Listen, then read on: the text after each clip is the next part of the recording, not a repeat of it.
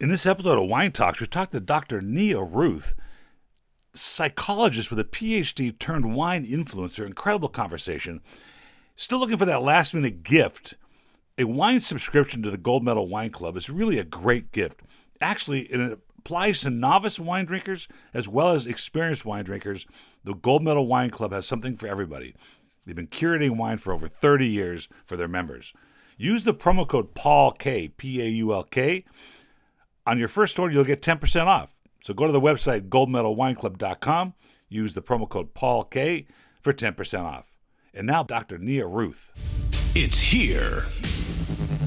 It's now. It's Wine Talks with Paul K.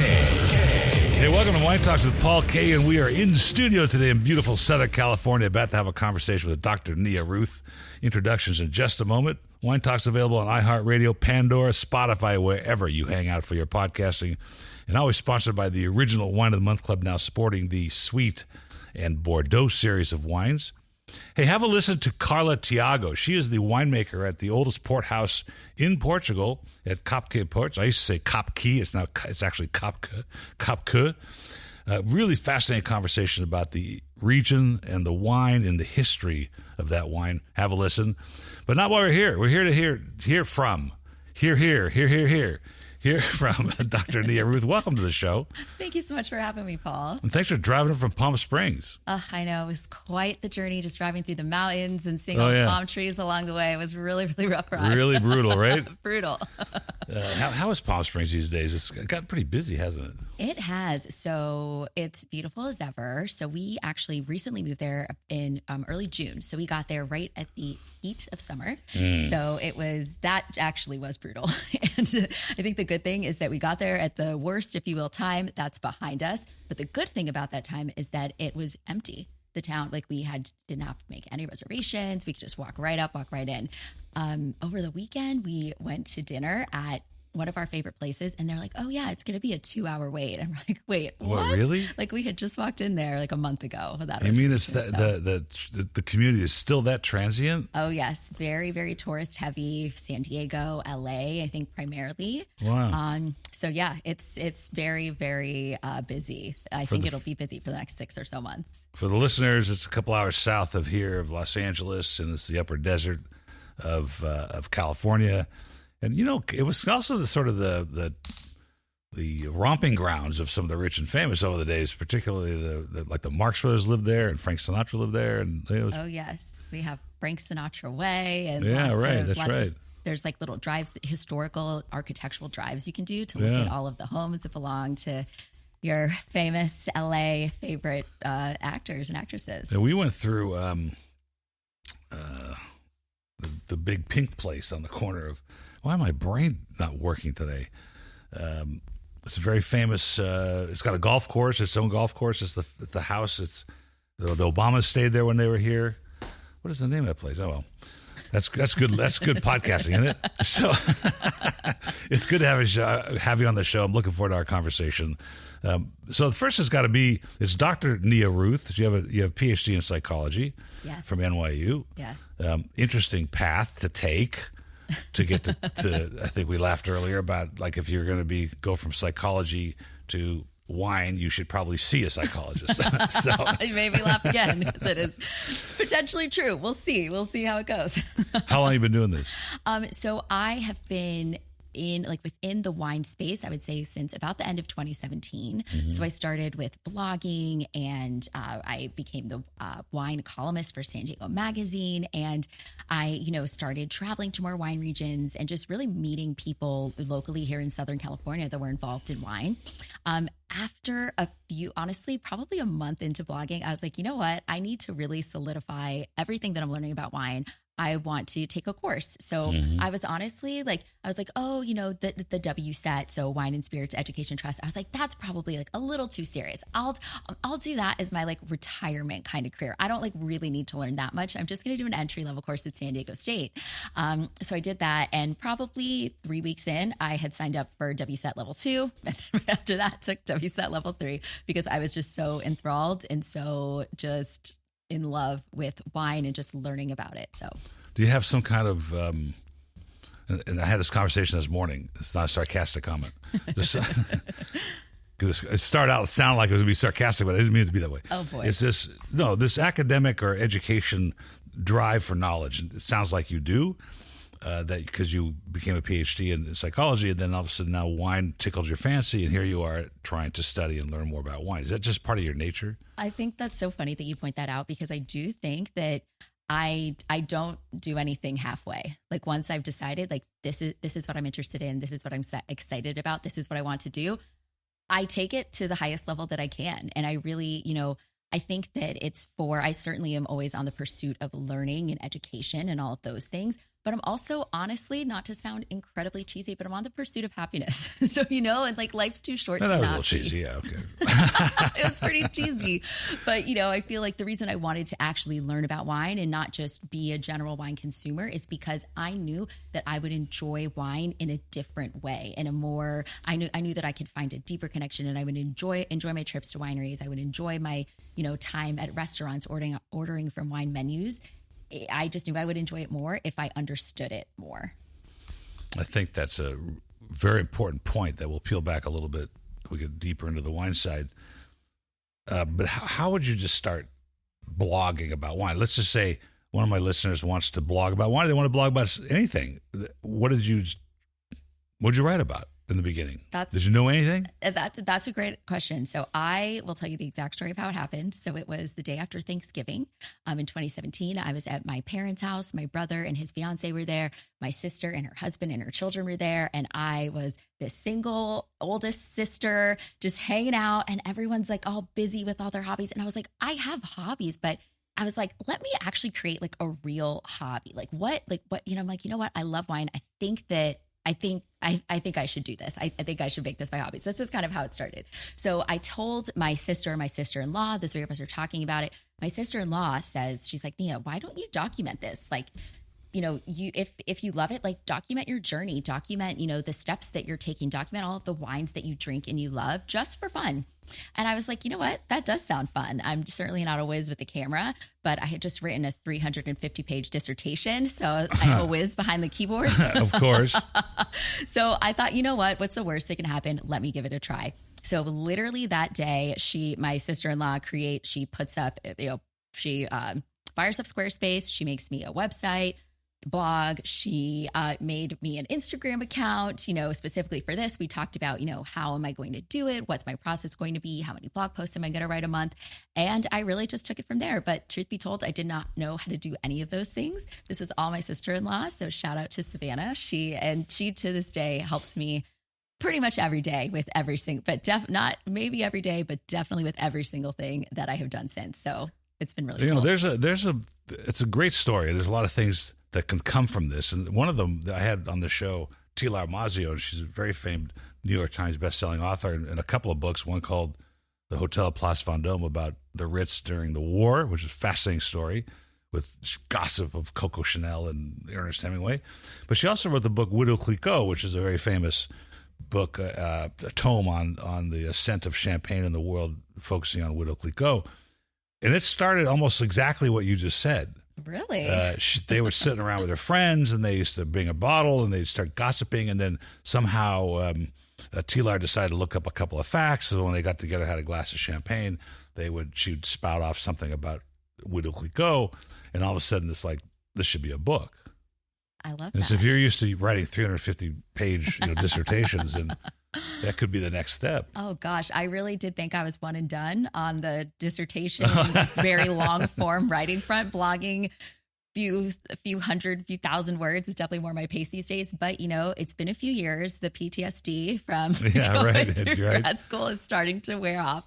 So yeah, no, maybe, and I think that's really cool. That makes me feel like I might be onto something. I don't think people realize that listeners, particularly in this case, would understand the amount of work it takes to write. Yes. And the thought process and writer's block, and how some days it just doesn't fit what you're doing. Like sometimes my podcast, I just can't connect the dots sometimes. Yep. But certainly when you're writing, my father passed away in June, and he founded this whole industry in the direct-to-consumer world in 1972, and I've been documenting his story. And I can sit down sometimes and just go, man, it ain't working. Oh, yeah. Oh, yeah. It's pretty hard. It's very hard. So my writing process in general is I just start and I write down whatever crazy things. I might be in the middle of a sentence and I have another idea and I just jot that down at the bottom of the page. And then I'm like, okay, I'm done for the day. And it is a mess. And then the next day I'm like, all right, I'm blocking off this hour. I'm going to work on it and work on it. So that's kind of my, because I totally envy people that can sit down, write the great American novel, write a great blog post, whatever it might be, in just one sitting and it's just done. But also, I mean, I think you probably are all gathering that I'm a perfectionist. So one and done just isn't really my style. But, sometimes even for the shorter form content, which sounds crazy, but just writing an Instagram caption sometimes, I'm just stumped. I'm looking at the photo, I'm looking at the reel, whatever it might be. And I'm like, I just don't know what to say. Nothing. I got nothing. I have to get back to this tomorrow. Yeah. I just have nothing and I don't know. It's just natural. Yep.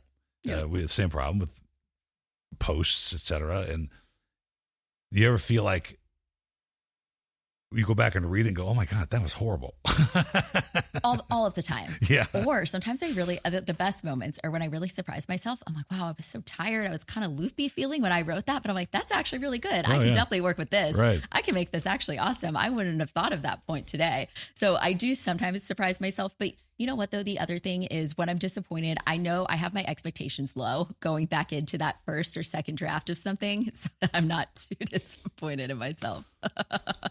The other day I was asked by an intern we had here. She was great. She did all my talking points for the podcast that she worked here. And so she asked for a letter of rec for college. And she wants to be a woman winemaker. I've introduced her to winemakers up in Napa. She's visited. So really excited for her career. That's fantastic. That she's starting this career. She has something. Look, who knew? Like when you're going into college, what you wanted to do, nobody, right? So, right. Clearly, I didn't. Here's somebody understands that. So I wrote the recommendation. I thought it was pretty good, but like an idiot, I left it up on the iPad at home. And my daughter, the baker, was in town, and my other daughter was there, and they all corrected it. They're like, going what are you guys doing? Pen. This is my article, my letter of rec. Not you. You're not writing it. It's not coming from you. Gosh, I do that with my dad too. If it makes you feel any better. they fix it up. So you hear you're blogging. You're talking about wine. You're probably realizing, gee, I probably need to learn more to have this conversation with people. And so, did you study to see if the Whitsett was the right place to go, or if you should have been a master's, quarter sommeliers or a master of wine program? What drove you toward Whitsett versus the other ones? I think that's such a great question. So, my understanding, the main difference between WSET and CMS is that CMS is more kind of service driven. So it's like, it will teach you the things that you need to know to work in a restaurant as a sommelier. Whereas my understanding of the WSET is that it's more of kind of the academic route, and it's just kind of more, gosh, I certainly don't want to say general, but it's like just kind of that broader overview, and it's a little less focused on the restaurant side. Hospitality side, yeah. There you go. Sorry, hospitality side. Yeah, important part though. You're right. The Court of Sommeliers is more hospitality driven, but you can read all kinds of books. I mean, I didn't show you. I don't know if you saw the library walking in here. We got volumes of wine books. What made you think that you needed to go into an accredited program of some sort? I honestly think that it was just because of, my background in history of just kind of wanting to do these things that like at the end, I'm like, all right, I've learned all of the things that, this program says that I need to learn to be good at this. Does it mean that when I was done with WSET, I just never read a book again? I've never picked anything up. Of course not. I know that, it's so limited in the things that you're actually learning. It's super, super helpful and provides a fantastic foundation, but there's always so much more to learn. Like I actually, if I haven't kind of read a wine book or really kind of dug deep within like a month or two, I'm like, I feel like I'm forgetting things. I need to go back. I need to find something new to read. I need to, just continue to polish and sharpen. Yeah, I'm going to give you some advice. It's free today. Oh, wonderful. I've had the privilege because my dad was an academic and he had a master's in pharmacology and was a prolific reader. Both my parents were prolific readers. And this collection of books I have is fascinating to read because the benchmark for the press was from maybe even the 40s and 50s, some of these books in the 60s. And reading books that on the subject matter from that era is very enlightening because some of it's exactly the same what you're going to read today, but some of it's a different perspective. It has a different viewpoint. Not that that viewpoint's wrong or right, but it has an incredible rounding out of your knowledge base by reading old books on the subject of wine. Because, like today, I had a conversation, like I told you, with the influencer out of Canada and the Asian Pacific Wine and Spirits Institute, and we were talking about the Harry Waas of the world, which is one of the great English critics of wine, Michael Broadbent, another one, that would have looked at and described wines completely differently than we do today. Yeah. And my father, too, would cringe at some of the terms that are used today. We just didn't do that back then. And it's kind of interesting. It kind of Totally gives you a new perspective on it. Yeah. I think that's really important. I think that, in the wine space, we can kind of get stuck in, we all have our different unique perspectives, but I think it's kind of easy to get a little bit stuck in that bubble. And, even when it comes to drinking wine from the regions that you're familiar with and drinking wines only from producers that you're only grapes they're familiar with, all of those things, I think it's, and then taking that the step broader is, thinking about the actual viewpoint on wine. So I love that. That is going to be my next. That was great advice to read an older book on wine. So that will be my next read. You'll have to let me know any specific titles you have. I was talking to a Burgundian importer in San Francisco called Atherton Imports, incredible wines. And he goes, "What are you reading?" I told him the name of the book. He goes, like, "Never heard of it." I go, "Yeah, because it was written like in 1962. I'm sure you've never heard of it." It would be weird if you had. So you're at WSET 2 and 3. Yeah. You haven't. What is it? 4 is the top, right? Yeah. So 4 would be. It's called WSET Diploma, and so there's I believe 6 units, and it's a whole different ballgame. Yeah. Than 2 and 3. Well, it's an interesting. I'm not going to say irony, but it's an interesting part of our business because, like I said, you could read and read and read. And this is a very structured thing. It's a very respected way to learn about wine, and whether you're going to be in the industry or not, it's a very respected credential to have. But like I said, you could read all you wanted. It really comes down to how much passion do you have for the subject, how far are you willing to go to experience that passion, and then you really got to taste. And the reason I brought that up is that the young woman that's with us during the internship, her mother took the online courses from Cornell during the pandemic, and can talk about Piemonte and Tuscany and can talk about Burgundy and Bordeaux, but until you sit down at some point and go, aha, this is what they're talking about. Does the WSET include that? To taste and some It definitely does. So for WSET level 2, it was pre-pandemic, and I got to taste. And our instructor, she would bring in, not like just the wines that you're supposed to have. She'd bring in her higher end stuff. She ran a wine shop. It was amazing. I learned so much because it's like a multi-sensory process. You're listening, you're reading, and you're tasting, which just really, really brings it all together. I was not as fortunate because WSET 3 was during COVID. So I got these little tasting kits sent to my house. But truth be told, the quality of those wines are not going to be, what this instructor who runs a wine shop was bringing in for our class. So I definitely, got to understand the basics during that education piece, the formal education piece, I should say. I think beyond that, I completely agree with your point. Spending time in a region, because what I have learned is that each region has an incredibly unique personality, and the people are unique. Their philosophies are unique. Their winemaking techniques are unique. Of course, the grape varieties that they focus on are unique. And actually going and speaking to the people that are really the heart and soul of each region has been by far the way that I've learned the most. So yes, the structure and the formal education is certainly where I thrive, but I have learned so much more outside of that. And I think it's been such a cool experience because growing up, you're kind of taught formal education is what you need to excel at. And that's just what you should be good at. And that's where you're going to learn every single thing that you need to know.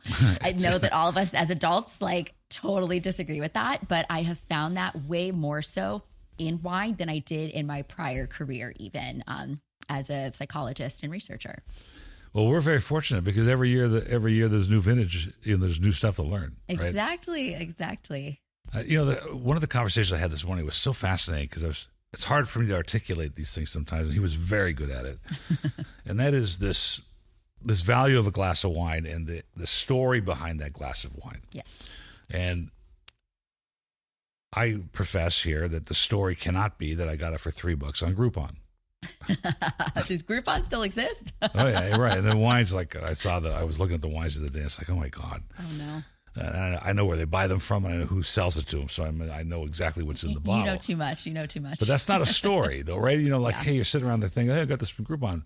Instead of what you're learning, and then we're going to talk about what you're telling your blog followers,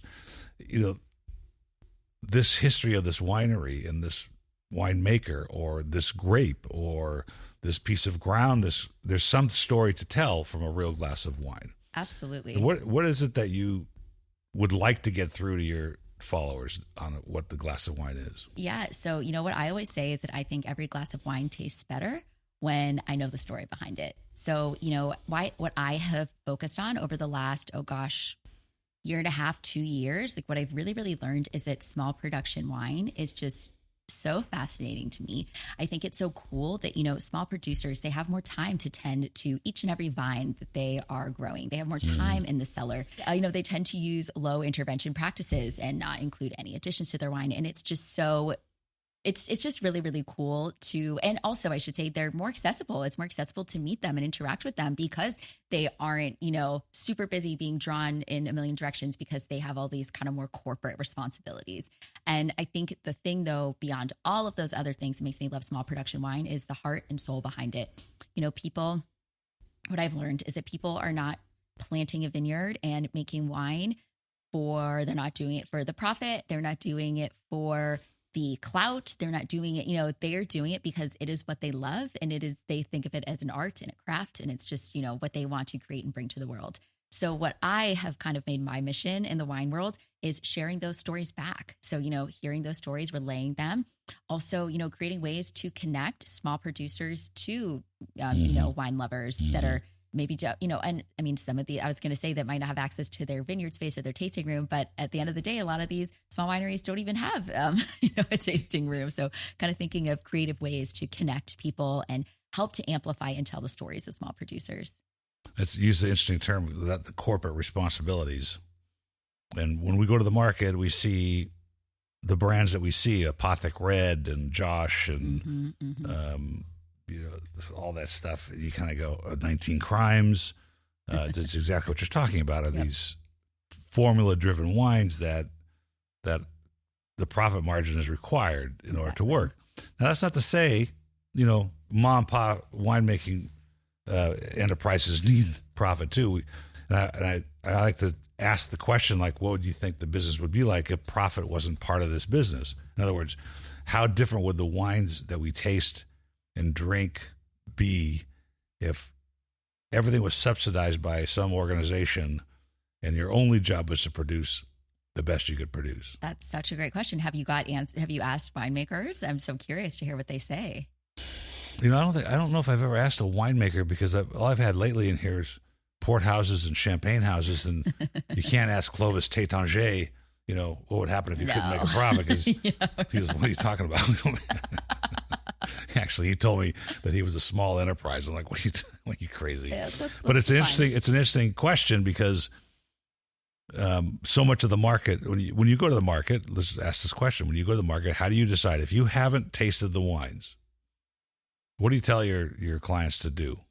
Yeah. So I have like a little kind of guide that kind of guides you through the ways to like kind of there's clues, so first of all, we all know that decoding a wine label can be very tricky and complicated. So I've kind of led people through kind of different clues to kind of assess and understand a wine label. So, I think, first of all, a lot of people that aren't even really into wine don't even really know what a vintage is. So we don't really talk about vintage because it could get like, that's kind of higher level. So if we're talking about just the really entry level things, my general advice is the more specific, the better. So if you see a wine that says produced in California versus if you find a wine that says produced in the Russian River Valley, I'm like, okay, that's, they're being really specific about where their grapes are produced. And kind of like, this is a huge generalization, but I think, when you see a wine that says like lot 7 of blank and blank vineyard in blank and blank region, like, I think it shows pride. I think it shows that winery and those, the winemaker, all of the people involved are really proud of that wine and they want you to know exactly where it's from. It shows that they are making really specific distinctions. Like they are taking the time to say, all right, our grapes in lot 7 are, more acidic. So we're going to make the wine that's like this versus our grapes from lot 11, whatever that might be. So yeah, I think that that's a really, important factor. Another thing that I try to lead them to is, this is again another generalization, but of course this is general advice that I give. So thinking about the fact that you and I know that let's say the Sonoma Coast makes fantastic Pinot Noir, so that so it's like I kind of try to lead them to associate regions with grapes. So that's just kind of one example. I give a few examples and I'm like, if you remember these like 4 things and you walk in that's to the good. store, you're probably going to get a better wine than if you don't know these 4 things. So I think the problem is, for the listeners, a wine, if they've invested in planting a vineyard, which is very expensive, like $20,000 an acre, and you got to wait 4 years probably to get your first crop that you think you can make wine from. And you bottle it and you ferment it and you bottle it and you're kind of going, it's not exactly what I was looking to do. Or you ferment it still in the tank. You're not going to dump it. Yep. You're going to either bottle it as your brand, or you're going to sell the juice to somebody else that's going to bottle it as their brand, or blend it with something that's a little better but it's going to be bottled. Mm-hmm. It's not going to be dumped. And so by looking at the label and understand the granularity of the label, you might be able to draw some conclusions as to what this wine might be, which one, like the example you gave about Sonoma Coast Pinot Noir or Russia River Pinot or Petaluma Gap or something. Yeah, you could have a reasonable expectation that wine has some pedigree to it, but you really still don't know. You right? definitely don't know. Until you've tasted it, you don't know. That's true. And what's interesting to me with labeling in California, or in the United States, actually, you and I could start Ruth Vineyards tomorrow. And I would love that. That could be a let's do it. Wait till I tell you what I pay for juice. That could be a DBA of a DBA of a DBA, and we could file with the feds that we're going to do it under this different brand called San Diego's Best, but it's really Ruth Vineyards. That is completely untraceable. In other words, you and I guess last year, I just read this, there was 110,000 new brands submitted to the federal government last year. Wine brands or just all brands? No. Wine brands. Whoa. 110,000. Wow. Which means you and I can start anything we want. And this is happening more now than it ever did. Yeah. A lot of the wines you see at Bevmo or Total Wine are their own brands, which I don't have a problem with that, right? Because a licensed winery made them. Yep. They were planted somewhere and picked by somebody and fermented somehow, and you can get some pretty good deals that way. But like you said, you don't know, and particularly with the point I'm making is with a domestic wine, with the layers of bureaucracy you could put behind it, you could never trace it down. It's a lot easier with an import because at least in the back label, there's a legal entity that brings that wine into this country, and that's absolutely necessary and real. Yeah, right. Absolutely. So I have people I don't know about you, I'm sure you do. They go on vacation. My members, it's like, what are you? You're texting me pictures of the wine. Don't you have something else to do? Oh, all the time. I have people texting me. This is like more than a handful of times a week, I could say. Going to restaurants and texting me a picture of the wine list, right, and asking me what to order. Right. I save the photo. I circle all my choices, like a few sparklings, whites and reds for them. That's pretty good. After you started blogging in 2017, and 5 years later, your people are asking for your advice by texting you a menu. That's pretty cool. Yeah. Oh no, it's great. I really, really love it. And that's kind of, what led me to transition to working in wine full time, was that I was getting so many questions from people that I didn't even know, asking me in DMs, sending me emails, just asking like general questions, people that are traveling, like, okay, I'm going to this country, which winery should I go to? And I'm like, okay, I love this question. Yeah. I have not been to no, that's hard. So country in years really that I really don't know, but I do know a person that lives there that you should connect with, and so I try to be a resource in whatever way I can. Well, there's so many, and it just goes on and on and on. Yes. Well, that's fascinating that they're already requesting that from you. I think that's great. Somebody sent me a picture the other day. They're in Italy and they're in front of the Parthenon or something, or in front of the Colosseum, and they're drinking this wine. Like, hey, can you get this? I'm like, dude, come on, man. We need to know a little bit more about it. Can you do something like, I think your wife's sitting there, or your husband, and you probably want to talk to them. Oh my gosh, it's hilarious.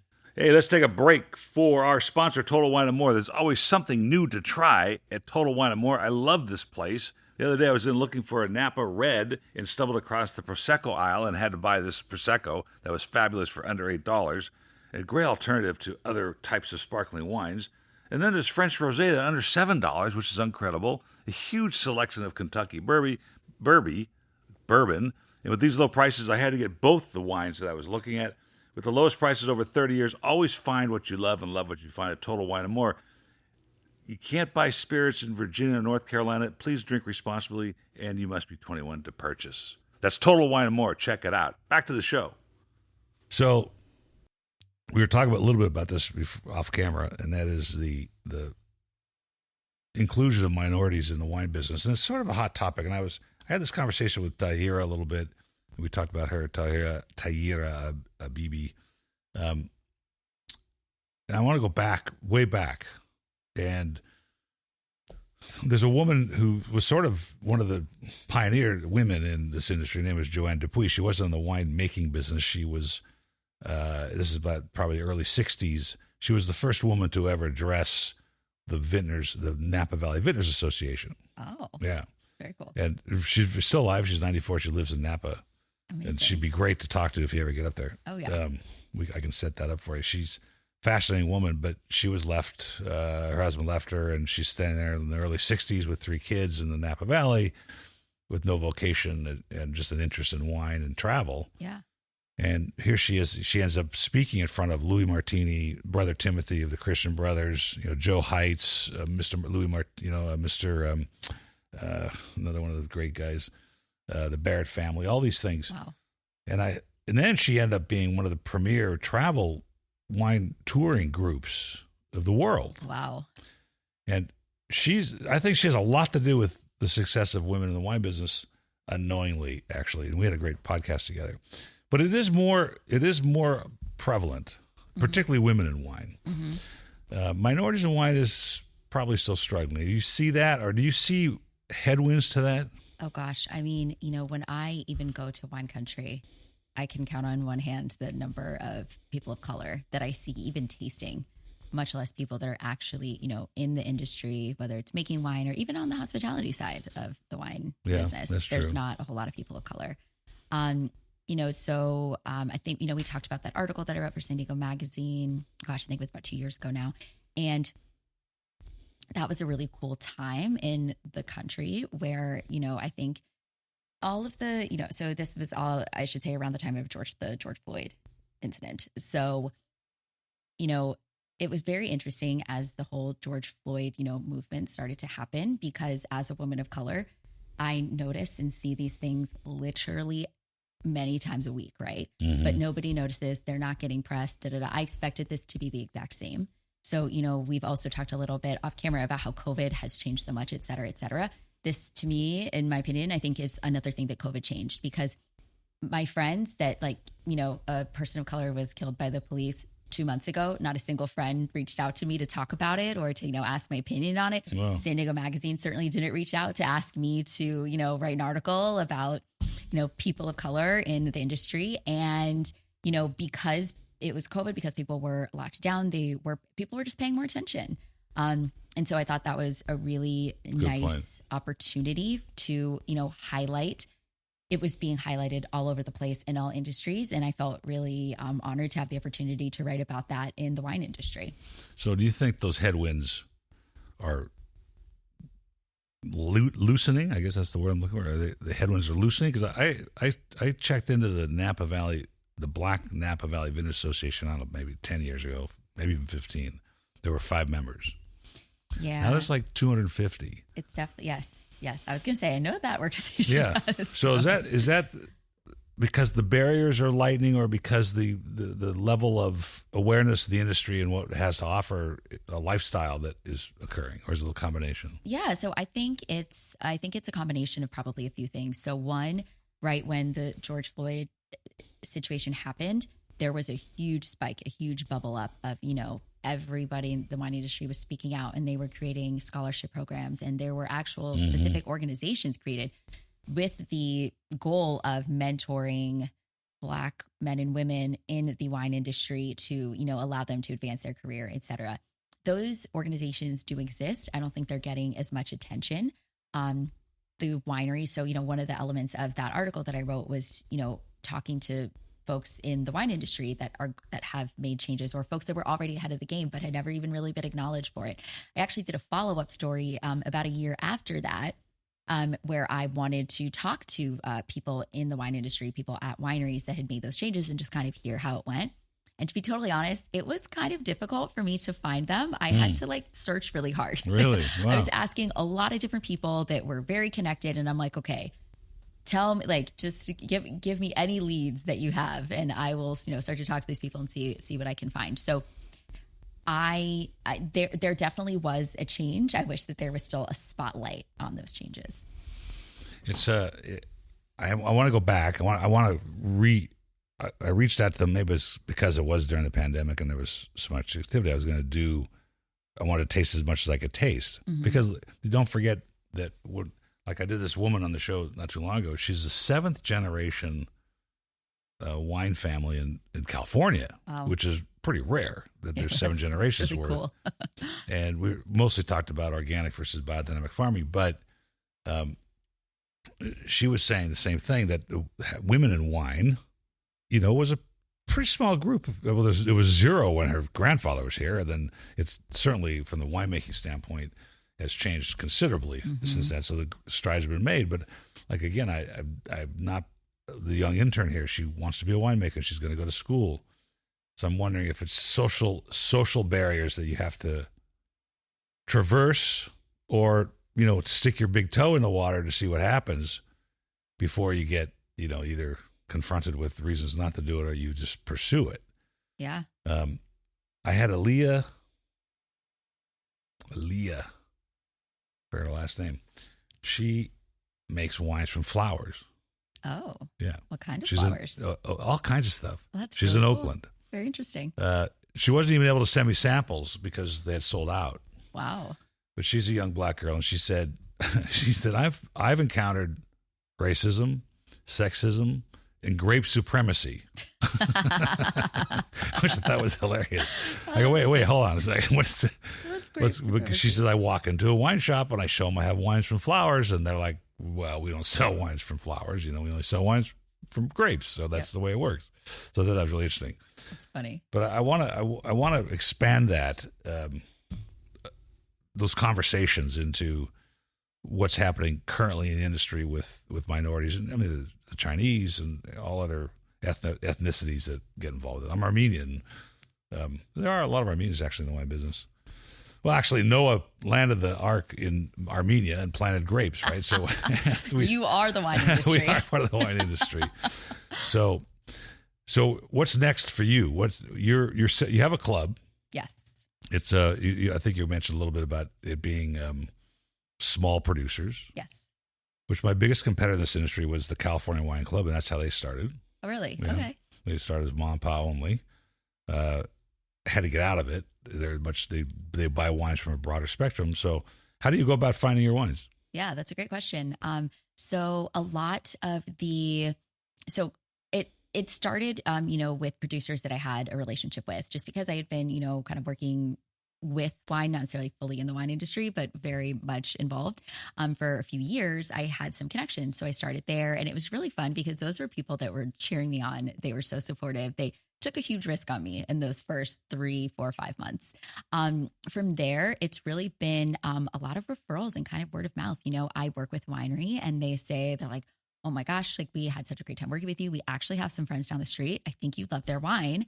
Can we connect you, and you can, see if you want to feature them in the club. I think they'd be a great fit. So that's been really, really cool as well.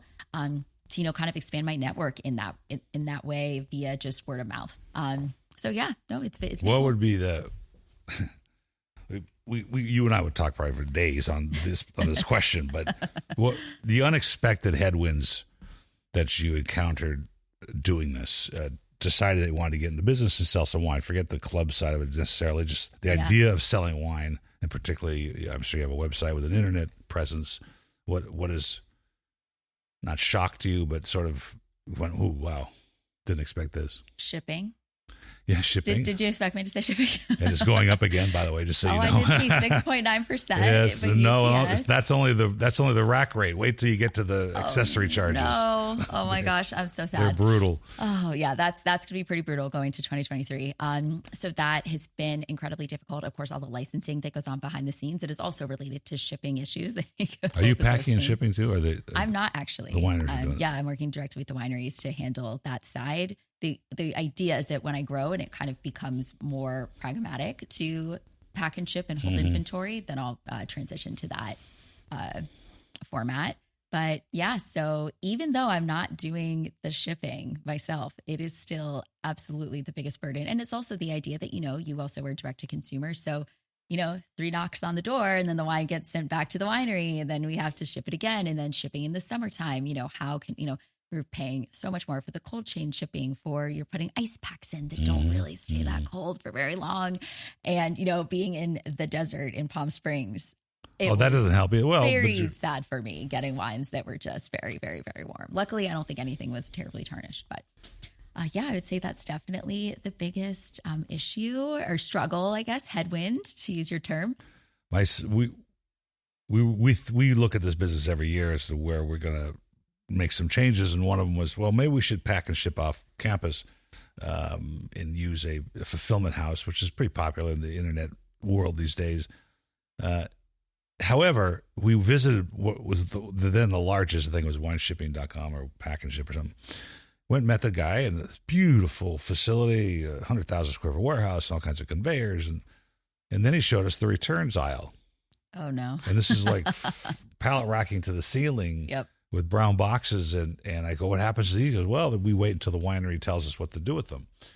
And I thought, oh my gosh, that you're out of the control then. Exactly. And the communication level has to be extraordinarily high to make sure the customers, because it's all about the customer, right? Exactly. It doesn't take a whole lot for them to say, screw you, I'm not doing this anymore. Cancel. Exactly. Yeah. Totally. The rate of attrition is very high, and if you can get a lifetime value out of them, that's great. I had a conversation with Kevin O'Leary, the famed Shark Tank guy. Oh, okay. He has his own wine, right? I did not know that. I've never he watched sells Shark a ton Tank, of wine on Home Shopping Network. Oh, okay. I did not know. I would not have expected that to still be really profitable. That's really cool.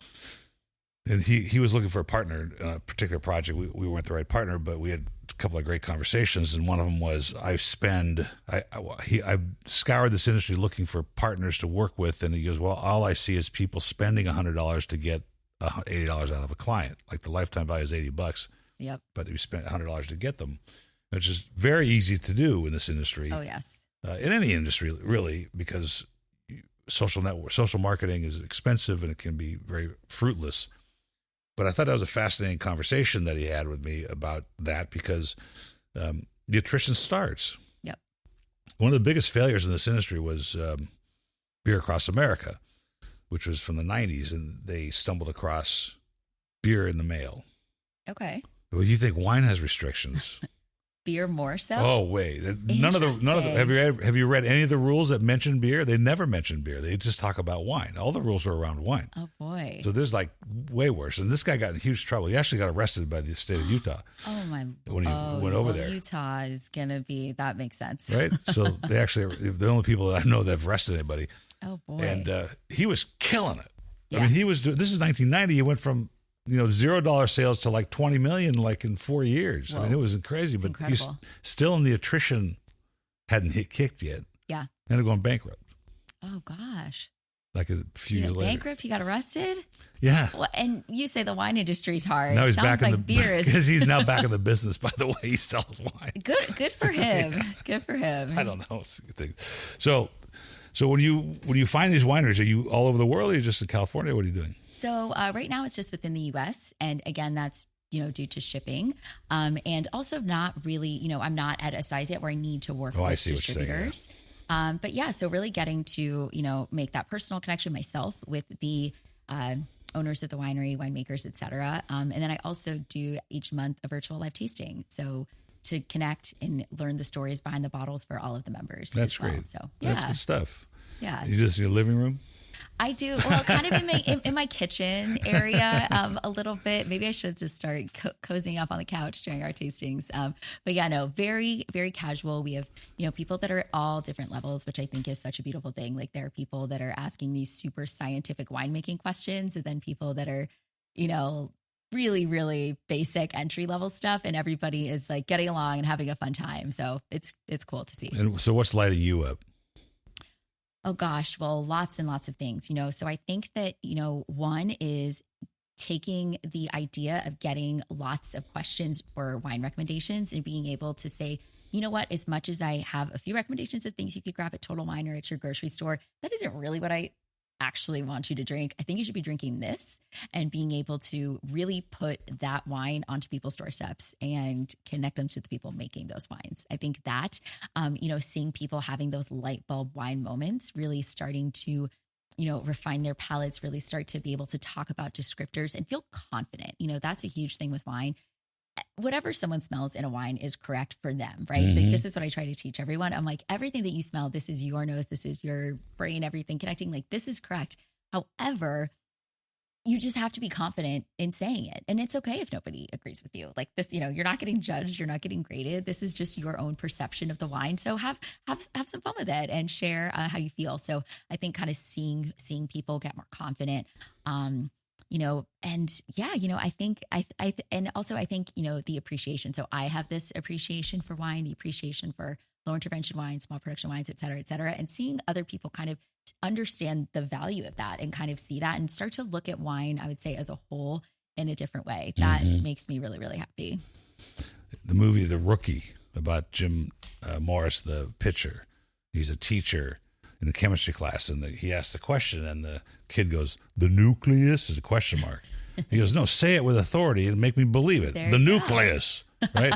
Tastes like strawberries, not strawberries. Exactly. Right? Exactly. Because there's no wrong answer, right? Yeah. Or the worst thing is when everyone will sit on mute and not say anything. Yeah, right. That's and I'm like, okay, well, maybe some strawberries. Anybody else? Any other red fruits? You kind of have to like draw it out of people at first, and then you see them get more and more comfortable. I always tell people, if you're cooking and you're putting basil in a pasta sauce, smell your fingers. If you bite an apple, smell the apple. If you bite a plum, smell the plum. I love that. If you step on a raspberry, get on your hands and knees and smell the raspberry.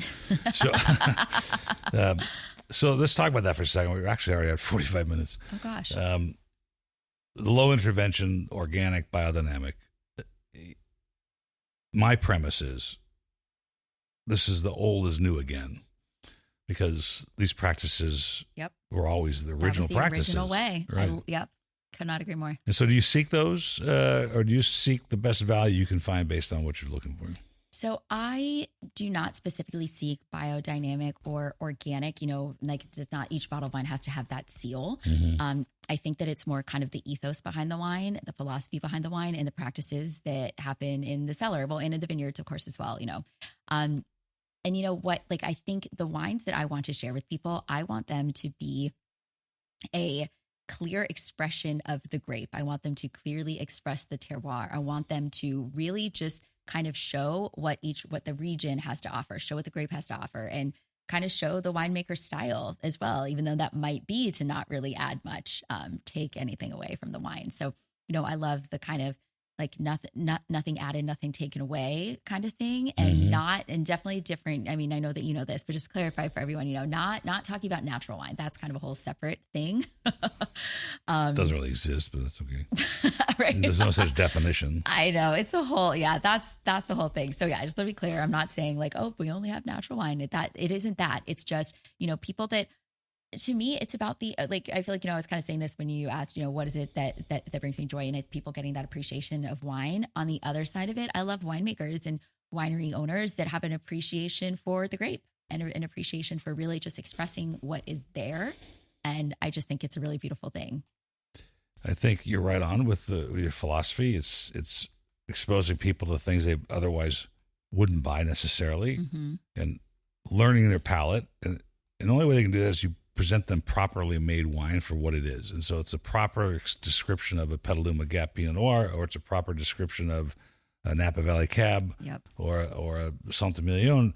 It's important to present the good valued versions or the good representations, and then they can draw a conclusion on their own palate, which will change. For sure. Right? For sure. At some point. Oh, yeah. We always talk about how there are certain people, we'll continue on the Pinot Noir example, who literally have, they've tried a Pinot Noir and they're like, I didn't think I liked Pinot Noir. Like, I can't believe I like this. And I'm like, how could you not like Pinot Noir? But it's really easy to not like Pinot Noir. If you're drinking Pinot Noir, that's your $3 example that you're getting from who knows where it came from. Like, and what it's been through, like that could easily be somebody's wine that they didn't think was good enough. And then the next person didn't think it was good enough. And then it finally got bottled or blended or whatever it would be, like that's the kind of Pinot Noir that, if that's the only kind of Pinot Noir you've had, like I totally understand that you might not taste that and think, oh, this is incredible. This is changing my life.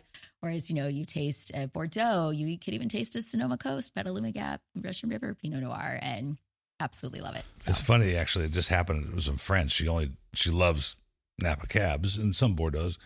And I poured her a Grand Cru Burgundy, so it wasn't inexpensive. But she's never suggested ever in our life together as friends for the last 30 years that she would venture into a Pinot. And she goes, this is really good. And I go, well, it's really pedigree too, but but at least now I know you can drink this stuff and not just drink Napa Cabs. Exactly. And yeah, it's really, really interesting to see people, kind of go through those light bulb moments and that transformation. I've told this story before. In fact, my daughter was bugging me the other day. She took me to a Brooklyn wine shop, natural wine shop, quote unquote. And she said, let's buy this. And it was on the bottom shelf was a Neardave. It was from Sicily. It was organic or biodynamic. And it was $75, which drove me crazy. I said, I don't buy wines for $75. I got a warehouse full. Just come on, Dad. So we bought it. It was terrible. It was actually just bad. It wasn't that it had turned bad. It was just not a well-made wine. Yeah. And I go, see, just because it's organic or biodynamic, it doesn't make it any better. Haven't you had a bad carrot from Whole Foods? Organic carrot all the time. All the time, right? So it's really about the expression of the proper expression of what, and I think most wines that are properly made with that same philosophy that you're seeking are going to be low on sugar. Yep. They're going to be low in intervention. Yep. And they're going to the minimal things it does to make it work. Yep. Right.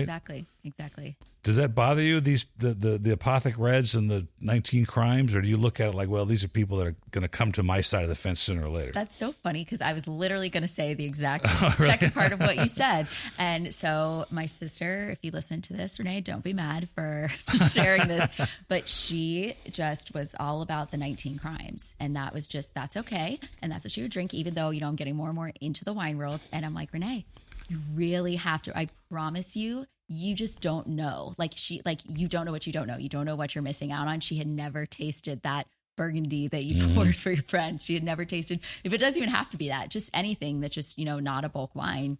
And now that she has, she totally had her light bulb moment. She totally gets it. That said, though, I didn't force her. I didn't push her. I think, if that's what she wanted and that's what she was interested in, she didn't really have interest in the other stuff. That is totally, totally okay. Meanwhile, you have my mom, who she had her first sip of delicious wine. She's like, never again.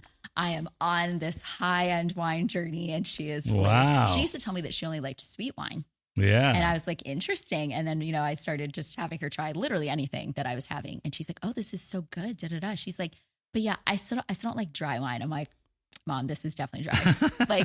It's also funny for people to talk about descriptors in funny ways like that. But anyway, I think there's a place, and I think that there are people that they just do not have the interest. And I think that that's totally okay. As much as, as soon as you have a curiosity, come on over, talk to me, talk to Paul, and we will tell you everything you need to know to hopefully get you on our side of the fence. But at the same time, if it's not an interest, it's totally fine. It drives me nuts. Not because, well, we've been through this so many times. My father knew Bob Trincaro when he invented White Zinfandel, actually stopped at the winery after the first bottling, and that was the wine that brought people to the table, back in the 70s. Yep. was White Zinfandel, and now we've got the 19 Crimes. I say the only crime is they put it in the bottle, but now Martha Stewart, of course, she's a criminal, so she's got her 19 Crimes, right? Yeah, the Chard, Martha Chard. Yeah, she's got a Chardonnay. So, but the part that I told a story this morning, I want to tell it to you because I think it's interesting. But yeah, I took my social networker to Ralph's the other day to shoot some TikTok stuff, and I wanted them to kick me out. But they didn't. They never kicked me out. I'm like, what? Shouldn't they come over and say, "Why are you shooting in here?" Like, what are you saying? No, they're going to be like, "Hey, will you tag us? We're at, Yeah, right. at That's right. at Ralph's Grocery." Hashtag Ralph. So this woman came in and she's on that side. She's looking at some wine. And I said, "Can I help you? I'm in the business." I gave her my card and she says, "Well, I want to buy something other than what I usually drink." Love that. I go, Very "That's good great." I starting said, "Well, what point. do you drink?" She said, "J. Lower Cab." I said, "Okay." So I go, "Here's a couple of things in that price range that are Cabernets that I think you'll like." She didn't buy them. She left the aisle and then she came back and we realized that we knew each other. Oh. And I had coached either their kids or I think her husband was one of my coaches when I ran the Little League, and we started chatting again. So she knew now, she really knows I'm in this industry because I've been doing it for so long. And she didn't buy anything again. And so I told my social network, I said, "Look, you just witnessed two amazing parts of our industry that are hard to quantify and pin down. And one of them is that she actually was looking for something new." Yep. That was encouraging, right? You would love that. Oh, for sure. That's that's the exact person that you're like, all right, we're on our way. We're getting there. Right. Here we go. First step. And the other was that it's such an emotional decision that she couldn't even come to grips with taking the recommendation of somebody that does this every day. And that she still looked at the label and she still looked at the price and decided she'd do something other than the recommendation. I thought that was fascinating. That's wild. Yeah.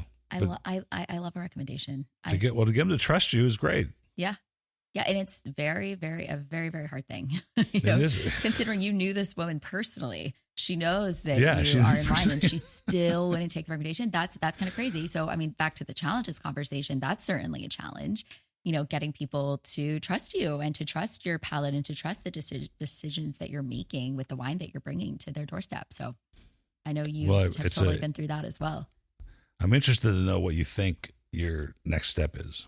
Oh gosh, sorry. Besides the wine club, which is interesting, but I mean, you have an interest in lecturing. Do you have an interest in live events? Do you have an interest in like we talked about writing? Yeah. So, oh gosh.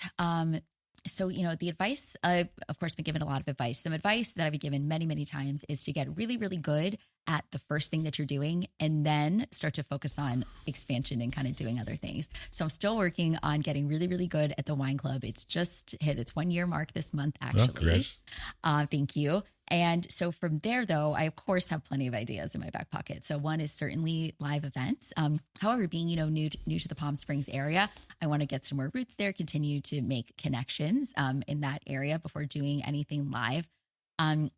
People ask me all the time how, first it started with the wine recommendations. Now I'm doing that. Now they're saying, "Oh, like, will you host a trip to Napa? Will you host a trip to Paso?" And I'm like, well, that sounds really fun for me too. So sure, I would love to do that. So that's maybe something that will come in, who knows, 1-2 years. We'll see how it goes. But that could definitely be something in the pipeline. I'm still writing a little bit for various publications around Southern California. Would definitely like to do more of that because I do really love writing, especially when it's not 350 pages. Yeah. so I get to do the fun writing now. And yeah, I think those are kind of my main ideas for how to, kind of continue on and build the brand.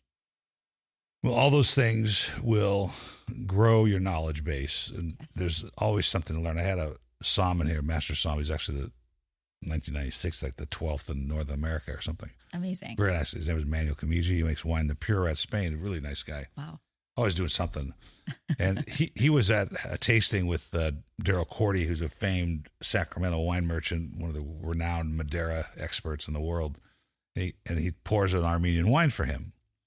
And so Emmanuel's point was, not only do I have to compete against these wines that are pretty good value at whatever he tasted because he's in the business of selling wine, he goes, but now I've got to learn about them. Yep. And then he tells me, when I started this, and this is only 1996 and not that long ago, well after the Judgment of Paris and California being on the map, he goes, we didn't have to study these regions. We knew Burgundy, Bordeaux, a little bit of Argentina and Chile, but not much. Italy, Piemonte, Barolo, Barolos and Piemonte and Tuscany wines and Puglia and all that. He goes, that's all we had to study. And our task now at this stage in 2022 is much bigger. Oh, it's the world. There's nowhere that you don't have to study. Armenia, Slovenia, Croatia, Uruguay, great. And so that's kind of interesting because there's always something to learn. Absolutely. So the more you write and the more you talk and the more you broadcast and the more you get on podcasts, the more you learn. Oh, I couldn't agree more. I just learned a lot from you in our conversation. Well, I appreciate that. So we're at an hour, so I'm gonna ask you a question. Okay. To see what you've learned along the way. Oh gosh, a quiz. You don't But prepare me for this. there's only half the people not even half the people get this right though. I used this example this morning. It's kind of interesting because the many of these tests, like the Master of Wine, I'm assuming the diploma for WSET is not only do you have to recognize something about a wine or taste it or whatever, but they're more interested in the argument you make to protect that decision. Yes, I love that. Okay, so it's like if you think this is academic, right? You think this is Bordeaux, and it's like if it's some kind of obscure Napa Cab, fine. But why did you think it was a Bordeaux? Yeah. Okay. Yeah. So that's kind of down the line of this question here. Okay. I'm ready to defend my answer. Whatever. So this is a book called "Wine is the Best Medicine." It's from the 70s, written by a medical doctor in France. It's been translated to English since then, of course. Dr. E.A. Murray. He's also a homeopathic doctor, but he was a licensed MD as well. Very cool. And this is a book on human maladies, things like allergies, anemia, arteriosclerosis, easy for you to say, bronchitis, etc. But he's got the wine. They're all French. Okay. I'll give you the three choices that help the malady. So if you have hypertension or bronchitis or a fever or gout, what you should taste with it. So I'm going to give you one of these ailments. Okay. And three choices of wine. Okay. That might help you with this. Whew, okay. I'm a like PhD, I said, it's a crap not shoot. an MD. I'm a PhD. It's a crapshoot. Okay. Not prepared for this. That's right. Doctor, but the wrong kind of doctor. And I have no softball question to give you because the last two guys who were in here were champagne makers. So I gave them the question, the answer was champagne, so they got it right. Oh, gosh. But other than that, it's 1/3, 1/3, 1/3. Okay, I'll do my best. All right, so let's just say you have nervous depression. Okay. And this might be good. You know, your husband's a pilot. Yeah, I'm kind of on the verge. Yeah, this might apply. You could have an Alsatian white. Okay. You could have a Medoc red, so Okay. something from the right bank. Okay. Or you could have a Côte de Beaune, something from Burgundy, to help with your nervous depression. Okay, so before you even listed the answers, my answer was going to be whichever is the highest alcohol wine, because that's going to calm your nerves the quickest. I assumed it would be a red. I think a red wine is kind of warming. It's calming. It makes you feel kind of cozy and at ease. That said, I'm going to go with the Medoc red because I think overall it's going to create just that kind of calming sensation. After one glass, you're probably going to be feeling a little bit better and a little less nervous. Well, you're right. Really? The answer's right. Oh, my reasoning's a little off. No, well, let me read it to you. Okay. It says the Medoc red, so that's fabulous. Why? Question mark. Because the glycerin it contains combines in the intestine with the phosphates of the fermented grape juice to form glycerol phosphates of natural lime, which have tonic virtues and which do not interfere with the functional integrity of the nervous system. Interesting. That was kind of the opposite, I think, of what I was saying. Yeah, but still, we got to the part of the nervous system. That was good. Yeah, the nervous system is my only overlap. Okay, so then the question is, what's the dosage? Oh, okay. Yes. Oh, wait. I answered that, or no? What do you think that this doctor recommends that how much Medoc you should have? Is this just like per day, like in a sitting, or like per day? Per day.